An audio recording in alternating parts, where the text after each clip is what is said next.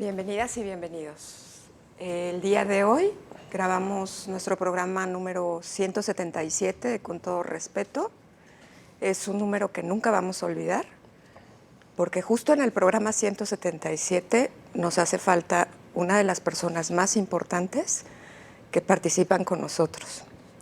Le damos la bienvenida y esperamos que los contenidos del día de hoy le puedan resonar y que pueda al mismo tiempo sentir el mismo dolor y la misma indignación que sentimos todos mis compañeros, que hacemos Con Todo Respeto, incluida la producción y toda la dirección de Canal 44.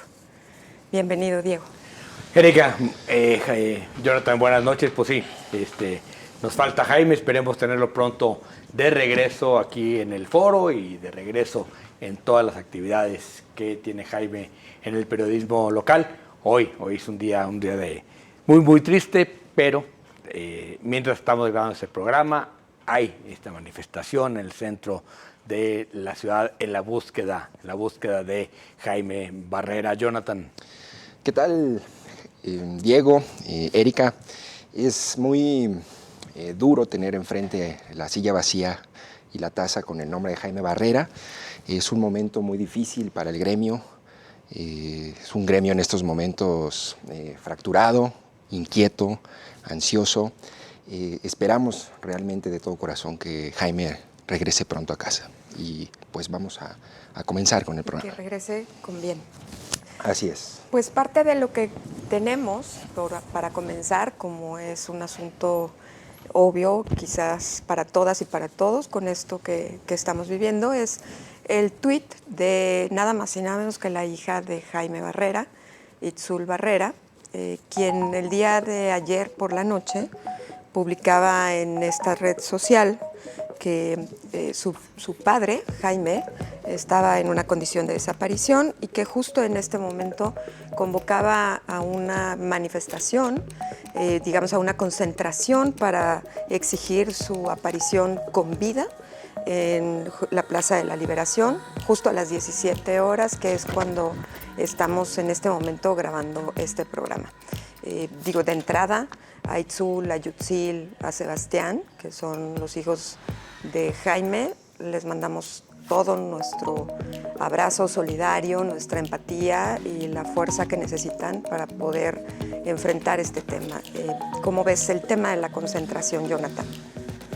Pues creo que es también parte, me parece, de la reacción orgánica. Convoca Itzul Barrera, su hija, pero ya había la inquietud desde la mañana, tanto de periodistas, del gremio, de manifestarse. Estamos grabando en estos momentos a las 5 de la tarde, Con Todo Respeto. En estos momentos se está llevando a cabo la manifestación. El programa está transmitiendo a las 10 de la noche, pero creo que refleja también en parte lo que significa un evento como este. Jaime Barrera es el periodista de mayor relevancia, visibilidad en el sexenio, que en estos momentos está desaparecido, y eso genera un impas en la situación que vivimos. Es decir, hay un antes y un después.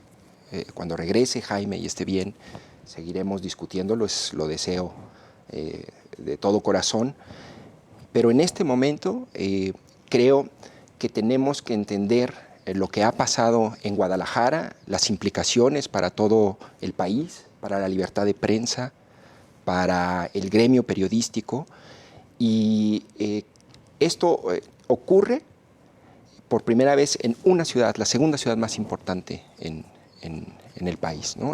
Ocurría, decían, creo que ahorita lo van a comentar más a profundidad, esto solía ocurrir y no por eso lo minimizo, en pequeños poblados, en regiones aisladas.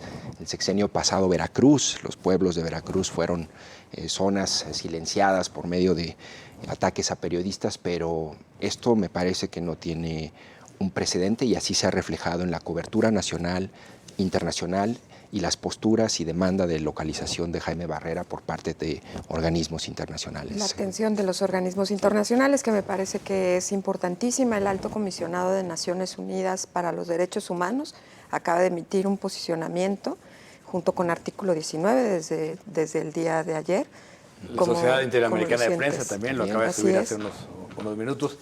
Y a ver, efectivamente, yo creo que sí hay dos temas aquí muy importantes a tratar. El primero es efectivamente el cambio, digamos, como hace exactamente 6 años lo que veíamos era un contexto donde la prensa en las pequeñas ciudades, donde digamos, no alcanzaba la visibilidad, donde los cacicazgos y el crimen organizado tenía control, empezamos a ver estos asesinatos de periodistas, ¿no? Que van 140 del 2000 para acá. Es decir, no es una cuestión solo de este sexenio, es una cuestión que viene increciendo, efectivamente. Sí. El gran cambio en este sexenio tenemos el atentado contra Ciro Gómez Leiva, ¿no? Que fue gravísimo en la Ciudad de México, el asesinato de Lourdes Maldonado en Tijuana y ahora este levantón a Jaime Barrera, porque lo que sucedió fue un levantón, es decir, no es otra cosa, lo estaban esperando afuera de su trabajo, con armas lo suben a otro auto y se lo llevan, es lo que nos dice la Fiscalía, y esto me parece que ya cambia la forma en que estamos viendo el problema, no solo porque amenaza, digamos, el entorno en el que trabajamos nosotros, por supuesto que eso es terrible, sino porque digamos, lo que vemos es que ya el crimen organizado ha decidido dar el paso adentro de la ciudad, ¿no? Sí. Es un paso gravísimo que haya este tipo de secuestros en medio de la ciudad a las 2 de la tarde. A plena luz del día. Cuando matan a Javier Valdés en Culiacán, todo el mundo dijimos qué pasó, es decir, fue a la luz del día también el asesinato de Javier, ¿no? Pero esto, digamos, como que todavía había como esta idea de que bueno, es Culiacán, ¿no? Ahí está. Bueno, así estamos. Así como imaginábamos Culiacán, el imaginario que tenemos de Culiacán construido desde fuera, es el imaginario que ahora tienen de Guadalajara por estos sucesos, ¿no? Es decir, lo que está pasando es, no solo es gravísimo y dolorosísimo, ¿no? Sino me parece que sí implica repensar dónde estamos parados. Fíjate. Parte de lo que decías tú, Jonathan, perdón, es el alto grado de visibilidad que Jaime ha tenido desde hace muchos años en sus apariciones en televisión, ¿no? Su voz siempre ha sido escuchada en diferentes estaciones de radio. Diría que tiene una voz muy transversalizada sobre diferentes medios, ¿no? Que están todos los días presentes, que aparece todos los días. Y es tan notorio como el silencio momentáneo de su voz pareciera que nos llena a todos del mismo silencio, ¿no? Aunque estemos buscando dónde está o información precisa sobre qué fue lo que pasó, creo que también que la palabra que menciona Diego es la correcta y es la justa, y aunque no queramos hay que decirla. A Jaime lo levantaron, ¿no? Sí, fíjate que ahorita pensaba en los antecedentes, ahorita que recapitulabas, Diego, y creo que sí hay también advertencias de este momento que estamos viviendo, y recuerdo el caso de nuestra compañera Susana Carreño, que en Puerto Vallarta la acuchillaron en el cuello, y que inmediatamente hubo una postura oficial por parte del gobierno de Jalisco de que había sido un intento de asalto. Sin embargo, todos los indicios y el propio presidente de la República habló de que había ahí un vínculo con su trabajo, ¿no? Entonces, digamos, eso también hizo o marcó una especie de aguijón cerca de la zona metropolitana que advertía, ¿no? que el ambiente tóxico contra la prensa podía subir de nivel, ¿no? Creo que en estos momentos, pues bueno, la información que tenemos, como bien señalan, pues es que al parecer se lo llevan al salir de su trabajo. El fiscal dio una rueda de prensa a las 11 de la mañana este día. En realidad no dio mucha información adicional, pero hay todavía muchas preguntas sobre cómo ocurrieron los hechos, por qué el C5 no alerta, por qué si se lo llevan a las 2 de la tarde, al parecer en los alrededores de la estación no hay una llamada al 911 que advierta a la autoridad. El fiscal dice en la rueda de prensa que él se entera o ellos se enteran hasta las 9 de la noche que hay una denuncia, ¿no? Digo, son aspectos de la historia, de la reconstrucción de los hechos que surgen y que suscitan algunas dudas. Vamos a tratar de confiar en que las cosas que se tengan que hacer se están haciendo en estos momentos para dar con su paradero, ¿no? Y hacer un llamado al respeto que merece su hija Itzul, porque al momento de publicar su tweet informando sobre la desaparición de su papá, a partir de ayer en la noche hasta hace pocas horas, eran una cantidad de insultos, de diatribas, de cosas tan espantosas para una mujer que tiene el legítimo derecho de aspirar a un cargo político, ¿no? Y de tratar de ejercerlo, porque lo ha trabajado desde hace muchos años, su aspiración, y que en este momento busca a su padre. Claro. Que su padre, pues, es Jaime Barrera, ¿no? Pero creo que lo que le ha pasado a ella tampoco es una cosa que se valga en este momento, ¿no? No podemos vertebrar la conversación bajo esta lógica de descalificación.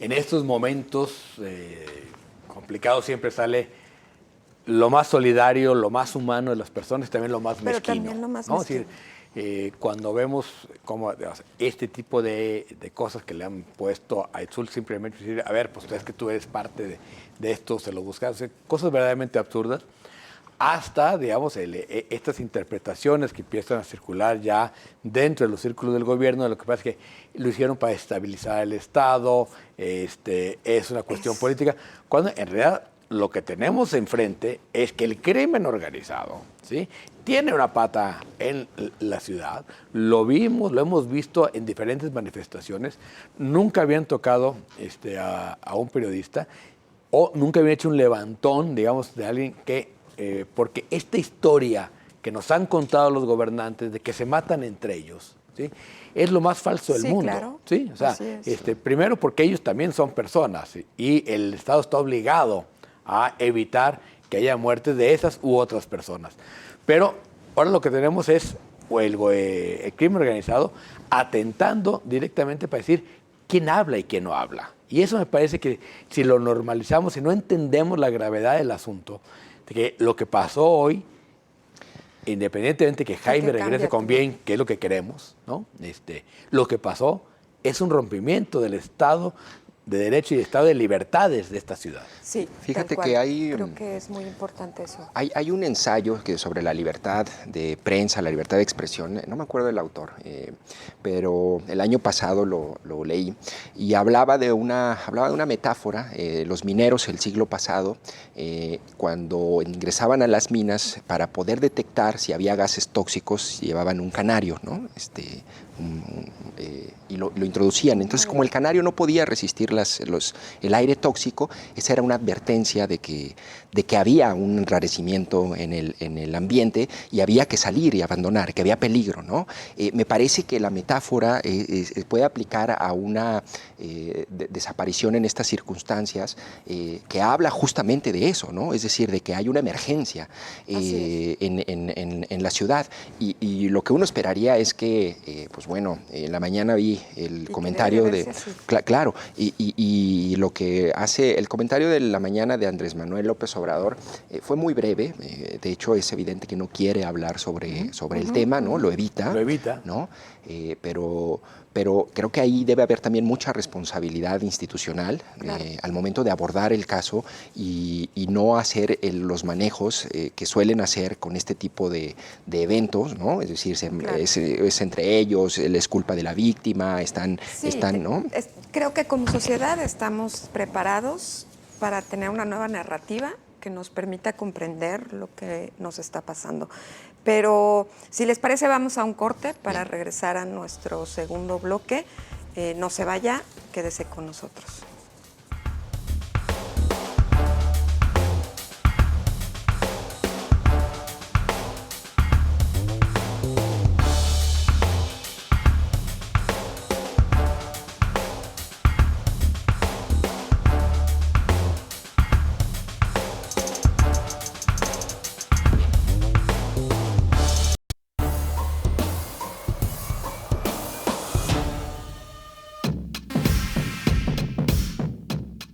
Cientos de miles de mujeres salieron a las calles de las principales ciudades del país para gritar por los derechos y sus reivindicaciones feministas.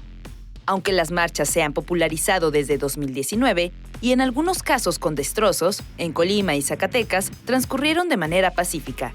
Aún así, los antimotines utilizaron fuerza desmedida para reprimir, lo que ha ocasionado posteriores manifestaciones para acusar el operativo que no se ajustó a los protocolos para controlar y dispersar a las manifestantes. Otra vez las mujeres dieron la nota y la nota de cómo es una movilización nacional por exigir los derechos que todavía hoy, tristemente, están lejos de alcanzarse, sobre todo en algunas áreas. Interesantísimo cómo en 10 años en Guadalajara pasó de 500 personas a 50,000. Se multiplicó por 100 la manifestación del 8M en solo 10 años. Y también tristísimo lo que vimos en ciudades como Colima, donde estaba en Toluca, en el Estado de México, donde gobernadoras mujeres reprimieron las manifestaciones, o peor aún, en Zacatecas, donde no hay una palabra de aliento para las madres buscadoras, pero sí gases para aquellas que salen a marchar, Erika. Sí, creo que no pudiste haberlo dicho mejor. Se multiplicó por 100 el número de asistentes a la marcha. Yo año con año ahí estoy desde hace muchísimos años, soy de las viejitas que están ¿OnlyFans? Ahí. No, para nada. Soy fan, pero no tengo OnlyFans. Pero bueno, yo creo que hay muchas cosas novedosas en esta edición, ¿no? De entrada, a mí me dio muchísimo gusto ver a tantas infancias marchar junto con sus madres, lo cual me indica que están tratando de formar sujetos políticos, ¿no? Y muy conscientes de su responsabilidad. Mucha niña, pero no solamente niña, también había niños con sus letreritos, ¿no? Hablando de que tenía una madre que estaba muy consciente de cómo formar a un hombre, no a un macho. Y eran cosas muy, muy llamativas. Particularmente creo que esta marcha en general, pues hablo sobre todo la del Yo Voy 8 de marzo, que es la más grande, la más sustanciosa, vuelve a ser un llamado a las resistencias, pero sobre todo a las resistencias que permitan no solo reivindicar las luchas y conquistar los derechos, sino sobre todo hablar sobre las reparaciones del daño, de manera muy simbólica, ¿no? Florecer a pesar de las cicatrices, ¿no? Resistir floreciendo, que era el lema de esta marcha, y que me parece muy interesante que ya coloquemos en el escenario no solo hablar de la posición de víctima permanente, sino cómo salimos adelante a pesar de las circunstancias, porque las instituciones no están a la altura de los problemas de las mujeres, ¿no? Y cómo en ese florecimiento pues es vital e importantísimo recuperar al sujeto político, que somos las mujeres, y que no solamente transversa por lo electoral y lo político, sino por el ejercicio de todos nuestros derechos. Es muy lamentable, diría en síntesis, que las mujeres gobernadoras de Colima y del Estado de México repriman una marcha de mujeres. Sí, eso es más patético que los Monreales. Es patético, sí. Lo patético de lo patético, porque sobre todo, nunca en mi vida había visto una mujer reprimiendo una marcha de mujeres, ¿no? Y señoras, dan vergüenza, la verdad, ¿no? Yo creo que esto no debería de pasar. Sí, claro. Jonathan, ¿cómo ves? Fíjate que sí es impresionante estas imágenes de Zacatecas, de distintas partes. Yo vi ese mismo día las de Zacatecas, pero además parecía como si fuera la primera vez que hay una marcha de ese tipo y sin un protocolo, incluso había policías varones, ¿no? Reprimiendo a las manifestantes. Sí, es decir, hay una incapacidad institucional no solo de generar un protocolo, sino de aprender sobre lo que ocurre y tener una experiencia base para poder atender una marcha así. Lo que me decían, hablé con una chica que estuvo en la de Zacatecas y lo que me decían es que, pues al parecer, un hombre, un varón, todo empieza porque un varón avienta una valla. Eso genera medio ahí una alerta en los policías, pero la reacción de los policías y las policías no es poner la valla. No es poner la valla, es ir contra todas las manifestantes. Es decir, es una locura eso, ¿no? Lo que habla de esa incapacidad institucional. Fíjate que en el día de la marcha pasé por Chapultepec y tuve una reflexión en ese momento y después de la marcha. Después de ver los números, las intervenciones a los monumentos, la cantidad de niños, a mí me impresionó la cantidad de niños y niñas, ¿no? Pero había un bar que decía, vi que todos los bares tenían globitos violetas, morados, ¿no? Entonces empecé a caminar y yo lo veía y en un bar estaban todos los globitos así morados y un letrero que decía 5 mujeres solas, botella gratis, ¿no? Junto a los globitos, ¿no? Entonces yo pensé en ese momento, Erika, dije, bueno, esto está habiendo una 14 de febrerización del 8M, ¿no? Dije, qué peligroso. En ese momento lo pensé, sin embargo, mi reflexión después de ver la marcha, después de ver la cantidad de mujeres, después de escucharlas, dije, no, está lejos todavía eso, ¿no? Es decir, se pueden meter se puede haber esos gestos, claro, pero es un movimiento vivo, esa es la conclusión. Los gestos mercadológicos, claro, siempre habrá, siempre además son creativos, pero a mí la otra cosa que me parece que es la gran enseñanza es, hablamos todo el tiempo, por lo menos en Twitter, de un país polarizado. Claro. Y en la marcha están las mujeres que van a votar de un lado y que van a votar de otro, marchando por una causa común. Claro. Y eso nos demuestra que sí se puede construir en común, independientemente de esta obsesión en la que nos ha metido el presidente, ¿no? De conmigo, contra mí, de este lado o de aquel. Los buenos, los malos. Es decir, yo creo que la gran enseñanza de esta marcha es que la escucha es el sistema, ¿no? Hay que gritar y hay que escuchar. Son las dos cosas lo que nos enseña la marcha, que me parece interesantísimo, mientras el presidente está atrás de la valla, ¿no? Como todos los años. Como todos los años, ¿no? Pero sí, es decir, cada vez es más evidente la barrera, no solo, digamos, física, sino de comprensión entre el presidente y el movimiento de las mujeres. Sí, qué bueno que lo refieres así. Me parece muy importante tu anotación y tu observación, sobre todo porque, yo a lo largo de todas las semanas previo al 8 de marzo hay N cantidad de gentes que hacen actos conmemorativos y demás, y asistí de pronto a un evento en donde había una colectiva dentro de la Universidad de Guadalajara de las estudiantes, y bueno, había muchas mujeres políticas de muchos partidos políticos y de todos lados, ¿no? Alianzas, coaliciones y demás. Y lo que yo vi en ellas es una disposición de decir, en este momento no estamos en un proceso de enfrentamiento, aunque el proceso electoral ya inició, porque en la agenda de género sabemos que tenemos que ir juntas, ¿no? Me pareció muy interesante, pero parte de lo que quiero decir es que ese saber que cuando tú vas junta con las mujeres a construir sin distingo de partidos, transversa por el reconocimiento de un liderazgo patriarcalizado que no insiste sobre de ti y que no te impone o no avasalla y arrolla la agenda. Porque el sistema político como tal está patriarcalizado en este país, pero también pues, los liderazgos están patriarcalizados y pueden estar patriarcalizados teniendo falda y siendo mujeres. Claro. Hay que ver a Delfina Gómez, ¿no? Con su reacción con la marcha y demás. Y parte de lo que yo decía ese día es que es importantísimo entender que las mujeres, no hay un solo documento que te hable de cuáles son las características y los componentes del liderazgo político de las mujeres. Casi todos son como muy difusos en eso. Pues porque las mujeres llegan al poder patriarcalizadas y lo que no se pueden permitir de aquí en adelante es actuar de la misma manera. Vamos ¿no? a tener una mujer en la presidencia, ¿no? Claro. la gran pregunta es si no más vamos a cambiar de género en la presidencia o vamos a lograr feminizar la política. Eso.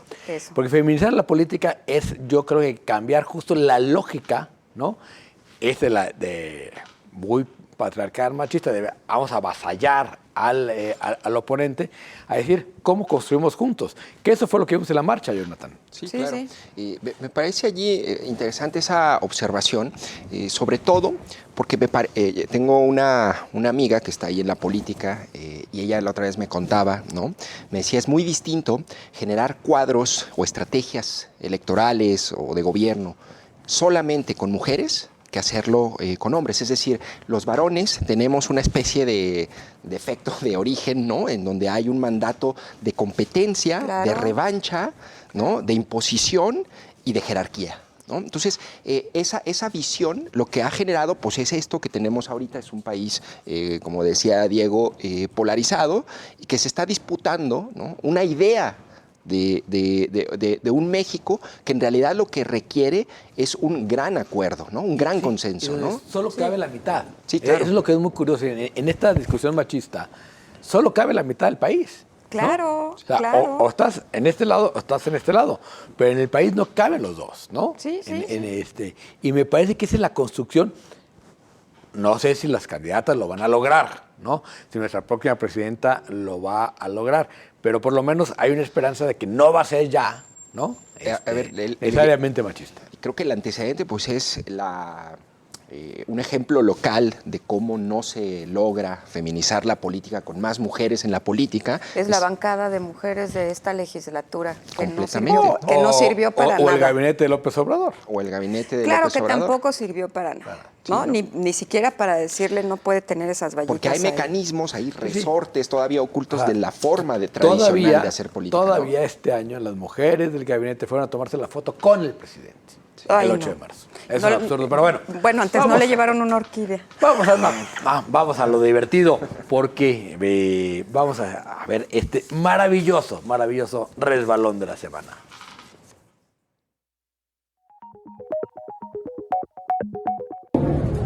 Porque si bien en 2021 se empezaron muchísimos cambios, desde el primer año todavía ni siquiera presupuesto teníamos, y Samuel ya le había dado cáncer a las mujeres y a los niños gratuito en todos los hospitales del estado. La vieja política en 40 años hizo 3 líneas de metro y Samuel en 6 años está haciendo ya las 3, se están construyendo y está el dinero separado. Genial. Cáncer para todos. ¡Eso! ¿De dónde lo sacan? Se llama Glenn Villarreal, es de MC. Vamos a un corte, regresamos.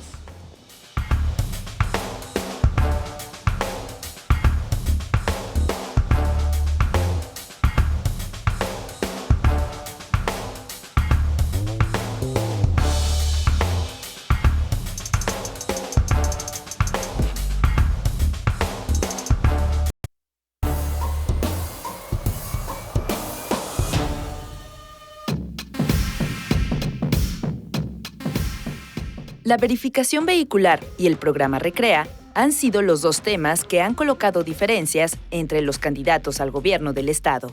El primero, porque Pablo Lemus y Enrique Alfaro sacaron a relucir sus diferencias en medios de comunicación. Por su parte, la candidata Claudia Delgadillo patinó al decir que cancelará el programa Recrea, lo que fue considerado como la renuncia a cancelar los programas de útiles y mochilas. Horas después, tuvo que detallar que el programa social se queda.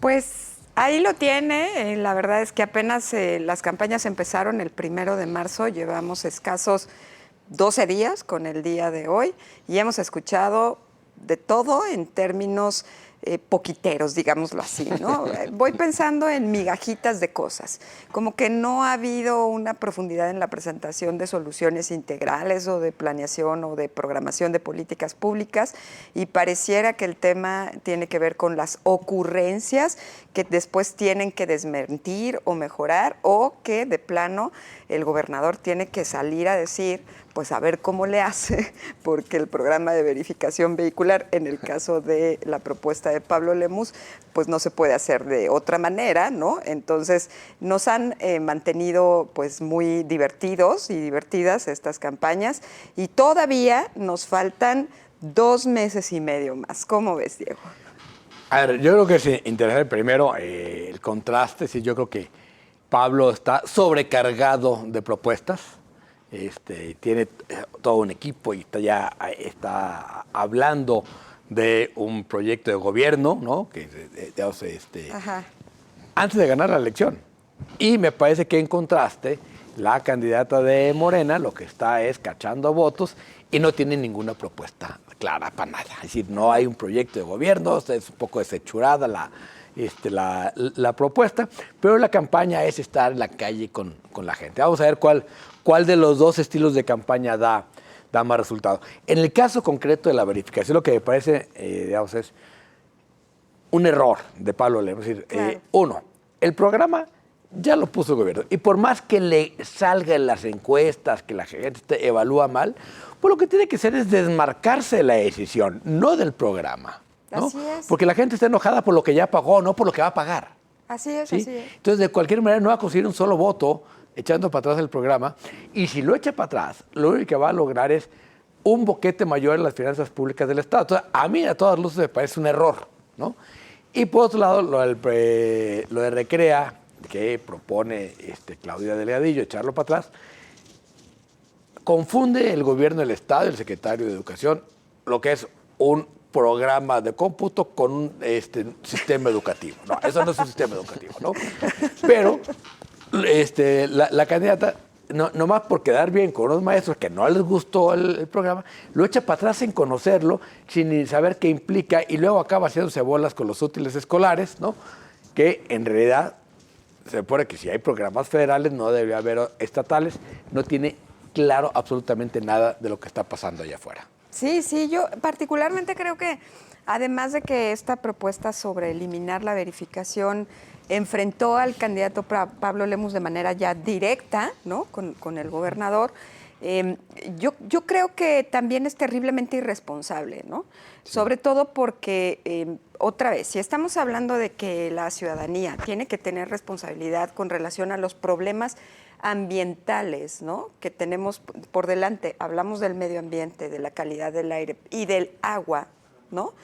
Entonces, quitar el programa y decir, yo voy a pagarlo para que ustedes vayan a verificar, tampoco es colocar una responsabilidad y una formación cívica en la ciudadanía. Claro. Fíjate que yo haría dos lecturas puntualmente el tema de verificación, ¿no? Yo creo, Pablo lo anuncia un sábado, no sé si se acuerdan. Yo creo que Pablo sí. es una estrategia electoral de Pablo para quitarle una bandera a Claudia Delgadillo, que iba a estar el domingo en Plaza Liberación y que propuso una especie como de verificación gratis, ¿no? Parece que más bien viene por allí, ¿no? Es decir, y en efecto, el anuncio lo hace en ese sentido. Ahora, cuando sale Enrique Alfaro a decir, no, pues esto es una ocurrencia, ¿cómo es posible que van a quitar este programa? Sí, enojado, la calidad del aire, ¿no? Enfurecido, ¿no? A mí me parece que incluso allí también... ¿Pero es pleonasmo? Bueno, nada más diré, Enrique Alfaro sale, ¿no? Ya saben que está completamente fuera de sí. Bueno, la verdad es que el programa de verificación es indefendible en estos momentos como está e inservible. ¿Por qué? Verificaron el año pasado el 29% de los automóviles. Un programa de verificación para que sea eficiente y mejore e impacte la calidad del aire, debe verificar al menos el 80%, ¿no? Sí. Es decir, en estos momentos sí es lo que acusa la gente que es un programa recaudatorio que no tiene un impacto en la calidad del aire. Ahora, la propuesta de Lemus me parece que también pues tiene todavía genera muchas dudas, ¿no? ¿Cómo va a ser? ¿Cuál va a ser el incentivo para la gente, ¿no? ¿De dónde va a sacar el dinero que se estaba ya recaudando de la verificación? Él en su momento dijo que lo iba a ligar al refrendo, pero bueno, creo que aquí la gran discusión, y eso yo es lo que voy a compartir como reflexión, es que los temas que sí importan terminan siendo tratados o superficialmente o politizados, y en este momento no tenemos una propuesta clara y una ruta clara de qué vamos a hacer con la metrópoli, en donde 2 de cada 3 días del año tenemos una mala calidad del aire y eso a la larga cuesta vidas, ¿no? Claro, y sin que haya una buena red de monitoreo. Claro, que está abandonada, ¿eh? No, está abandonada. O sea, se supone, por ejemplo, entre otras cosas, que este gobierno iba con el Fondo Verde a arreglar la red de monitoreo ambiental. Claro, ese iban es otro... a medir PM2.5 y no PM10, o sea, las partículas, las micropartículas que son las también, que te ¿no? afectan directamente a los pulmones, que iban a semaforizar, que iban a cambiar un montón de cosas que ya no hicieron, ¿no? No, O sea, ahora sí que haya sido como haya sido, ya se van, ¿no? Pero me parece que en el caso de... también es necesario políticamente de Pablo confrontarse con el gobernador. Claro. Necesita al gobernador para ganar la elección. Es decir, claro. Pablo no va a ganar la elección si la estructura que sí tiene Enrique Alfaro. Y si ya andaba el rum de que Enrique Alfaro andaba diciendo que iba a soltar la toalla y que incluso hay quien decía que se iba a recargar un poco más del lado de Morena, ¿no? Ahí se ve. Pues le está dando argumentos. Y me parece que es un error político de Pablo. O sea, no solo es un error, digamos, estratégico financieramente echar para atrás el cobro y la verificación, por más de que vaya a meter el cobro a través, o sea, va a subir la tenencia y ahí te van a cobrar la verificación. Claro. Pero no le va a dar de cualquier manera. Claro, Que por cierto, sí, cierto, llegan el domingo al debate, al primer debate, hasta donde tengo entendido, ¿no? Así domingo 17 de marzo. A ver qué tal. Es este domingo. Sí, es este domingo, sí, ¿no? claro, Porque es Sí. el domingo que viene. Bueno, llegan el domingo al debate, pero aquí algo que sí también me llama mucho la atención es, ¿alguien en este estado puede explicar a cabalidad qué es Recrea? A eso iba, creo que un poco, a lo mejor puede haber algunos elementos para explicar Recrea, que es una mezcla de modelo educativo con una plataforma, porque Recrea es una plataforma digital también, Recrea es parte, pero me parece que, y allí sí necesitan trabajar con la candidata Claudia Delgadillo, me parece que ella, como dice Diego, no sabe a lo que se refiere. Cuando dice se acabó Recrea, ¿no? Entonces fácilmente dice, no, sigue Recrea, y siguen los útiles escolares gratuitos, pero se acaba Recrea. Es decir, no, es un sinsentido, ¿no? En realidad creo que allí la propuesta está hecha o planteada desde el desconocimiento y es... O sea, casi indiscutible, ¿no? O sea, ¿qué quiso decir la candidata? Solo ella sabe, o justamente porque no lo sabe, dijo eso. A ver, porque algunos maestros se quejaron y dijo, yo estoy con los maestros, ¿no? Sí, claro. Estaba en la reunión del sindicato, si no me equivoco. Ahora, yo sí creo que, y coincido, Recrea no es un modelo de educación, es un programa que ayuda en las escuelas y que ayudó en la pandemia, ¿no? Así es. Y que echarlo para atrás me parece una tontería. Es decir, ya le gastamos, ya lo compramos, ya lo tenemos ahí. Este absurdo de los gobernantes de que lo que ofrecen no es construir sobre lo construido, sino destruir lo construido, es lo que nos tiene tan atorados. Por eso no avanzamos nunca. Pues ya va a ser la campaña de, ahora sí que péguele al gobernador, ¿no? Porque también salió el gobernador con un comunicado a decir que Recrea era un programa importante, es decir, como que también quiere participar en la campaña como... Sí, pero pues ya eso no es también candidato, iba a decir. ¿no? Él quiere ser como el cuarto candidato, sí, ¿no? Claro. Que hable de todo esto. Pero bueno, pues le tenemos una imagen para el video que es Póngale el nombre. Y queremos mostrársela para ver usted qué opina y vamos a verla en la pantalla.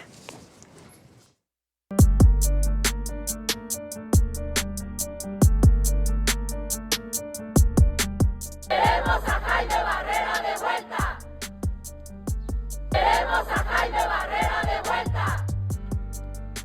Usted, póngale el nombre.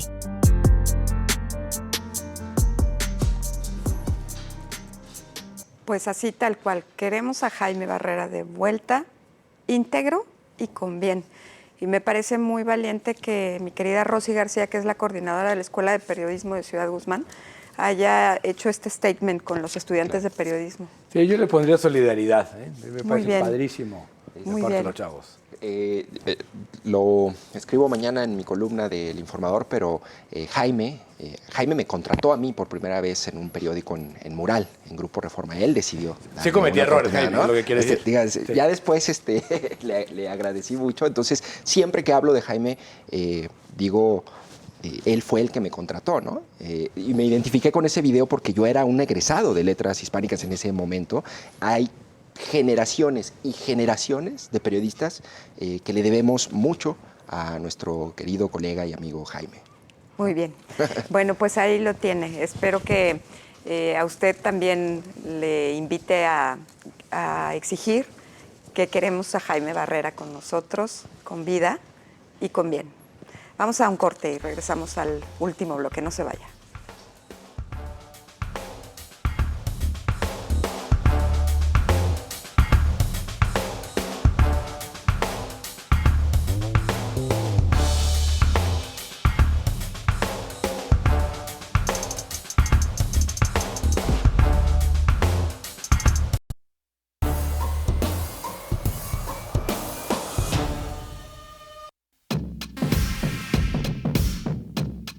El presidente Andrés Manuel López Obrador aseguró que fue abuso de autoridad la que ejerció el policía sobre el normalista que murió en Chilpancingo, Guerrero, la semana pasada.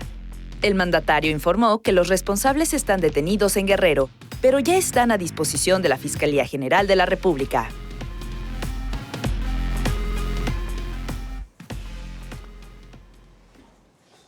Estaban Kimosabi, diría el clásico, aquel de anuncio de la Lotería Nacional con el llanero solitario y todo, ¿te acuerdas? Estamos Sí, rodeados, claro. Kimosabi. Estamos rodeados, Kimosabi. Bueno, ¿qué cree? Ya se escapó el policía que estaba acusado, el que estaba supuestamente ya en manos de la Fiscalía General de la República, simplemente se escapó, ya está prófugo y hoy hubo grandes manifestaciones de los estudiantes por este motivo.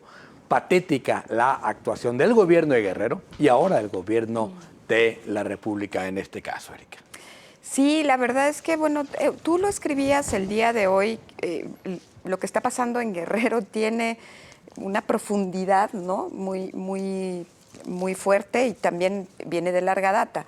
Incluso yo podría hasta decir que es la propia orografía, ¿no? del Estado como tal que provoca pues N cantidad de cosas en términos de infraestructura y demás. A mí me parece que la gobernadora Evelyn Salgado debería de renunciar desde hace tiempo ya. Yo creo que nunca debió haber sido, pero aceptamos renuncia. Cierto, tienes toda la razón. Nunca debió de haber sido candidata.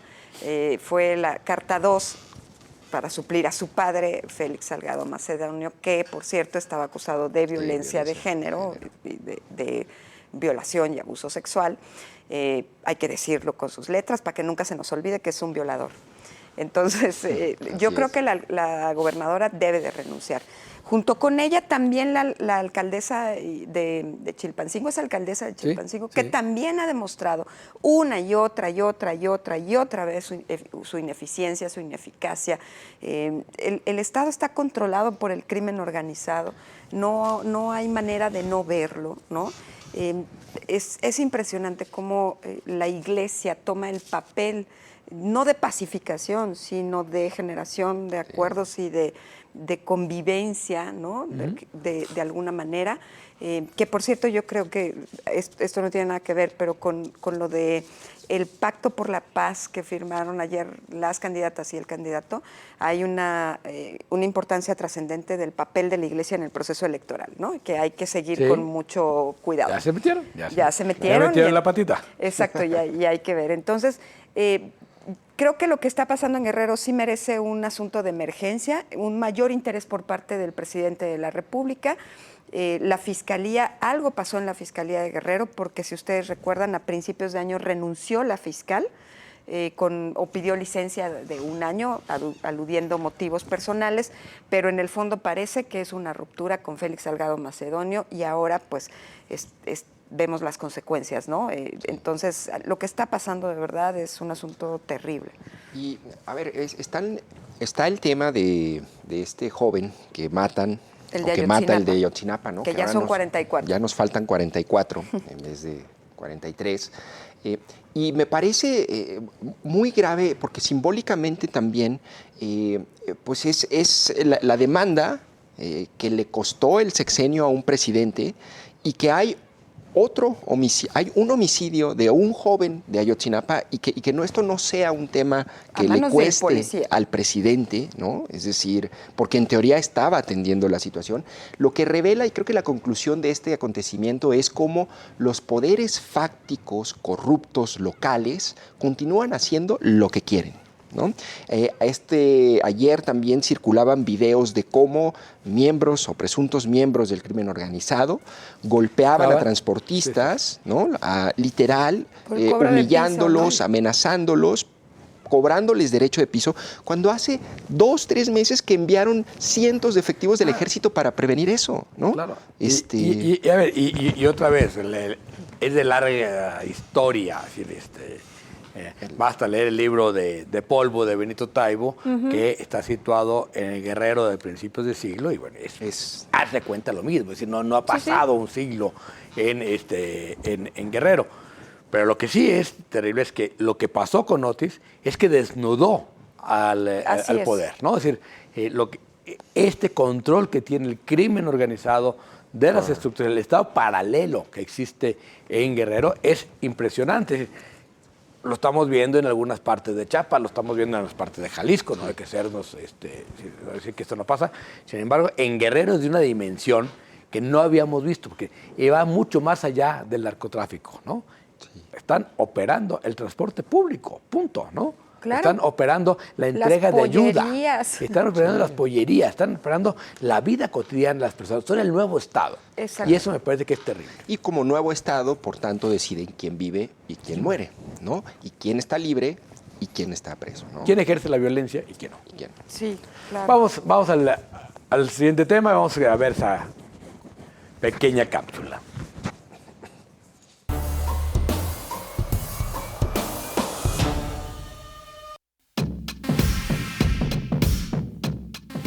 Gabriel Alejandro G., el hombre de 20 años que el 6 de marzo pasado acuchilló a 3 mujeres, fue imputado por su probable autoría en el feminicidio de 2 mujeres, así como el intento de homicidio de un hombre en el Centro Universitario UTEG en Guadalajara. Pero aún falta que la Fiscalía del Estado lo impute por el homicidio de la tercera mujer en el interior del motel Gran Vía, también en la capital jalisciense.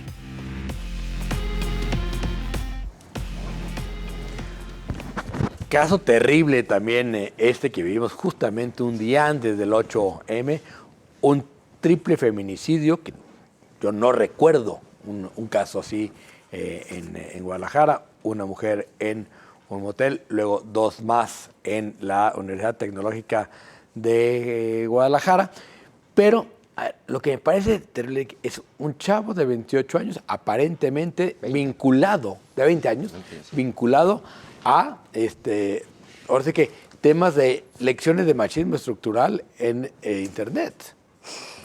Sí, platicábamos también previo al programa con Jonathan, porque hizo una entrevista muy interesante a una mujer que es experta en el análisis de este tipo de conductas.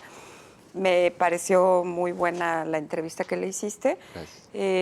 Pero, a ver, me parece que lo que hace este personaje, este hombre, tiene que tener muchas causas que están en el contexto, ¿no? Y que también son parte de su propia historia de vida y de su entorno, y que hubo ciertos elementos que le permitieron llegar hasta acá. O sea, porque eso está más que visto, ¿no? Y no solamente desde su vida privada o desde su vida íntima, sino sobre todo desde la vida pública. Cuando el Estado o cuando las instituciones te demuestran que tú puedes matar, asesinar a una mujer en un motel y después huir sin que nadie te agarre y sin que no pase nada, porque no es la primera, ¿no? Yo recuerdo hace algunos años a mí me tocó un tipo que mataba mujeres, así como tipo asesino serial, hasta que lo detuvieron. Pero el mensaje que dan las instituciones en paralelo, es que es permitido porque hay una impunidad altísima y que entonces nadie va a pagar este tipo de cosas en términos de justicia. Yo particularmente creo que se les va a complicar el proceso de investigación a la Fiscalía, sobre todo no necesariamente por el feminicidio del motel, que es más que evidente que es un feminicidio, sino por el caso de las 2 mujeres administrativas de la UTEC y del intento de homicidio que lo quieren meter, porque además pues el abogado de oficio sí va a aludir fuertemente a su condición de salud mental. Y tienen que... Que es evidente, que el tipo está loco, pero eso es otra cosa. Pero eso es otra cosa. Él tiene que asumir la responsabilidad de un acto en conciencia, pues, ¿no? Fíjate que esta se llama la doctora Ostrowski, del Laboratorio de Psicología y Psicofisiología de la UNAM.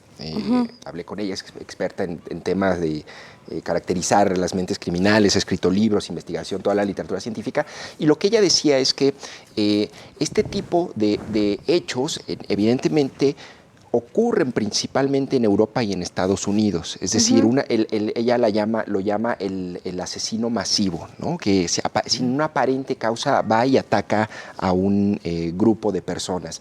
Y ella decía que la importancia de conocer la historia y el perfil del asesino para entender cuáles fueron las causas y por tanto prevenir más adelante que se repita esta historia. Esto es un hecho inédito que no había ocurrido en Guadalajara. Sí. Ocurrió en Monterrey en el 2019, no sé si recuerdan, allí hubo o 2021 creo, hubo ahí también un muchacho que disparó contra su maestra y sus compañeros, pero no son casos comunes. Entonces, aquí me parece que lo que tenemos, y el gran reto, decía la doctora Ostrowski, para las fiscalías, y en este caso para la fiscalía, de no encuadrarlo como un caso típico Así criminal, Claro. sino Así es. entender las causas y el mecanismo, porque ella decía, debe haber un vínculo, tiene que haber un vínculo entre el muchacho y la UTEG, ¿no? Y el motel, dice, porque él se desplaza del motel a la UTEG, claro, ¿no? de un lado Es decir, a pudo otro. haber atacado a los transeúntes o a los trabajadores, Así pero es. eso es lo que tiene que entender la fiscalía y las fiscalías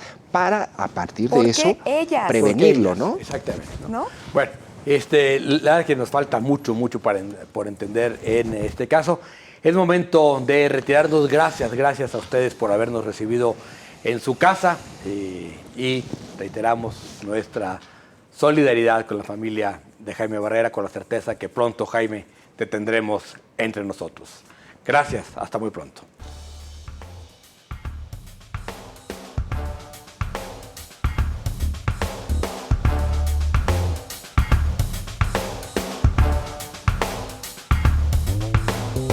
¡Marcha liberal!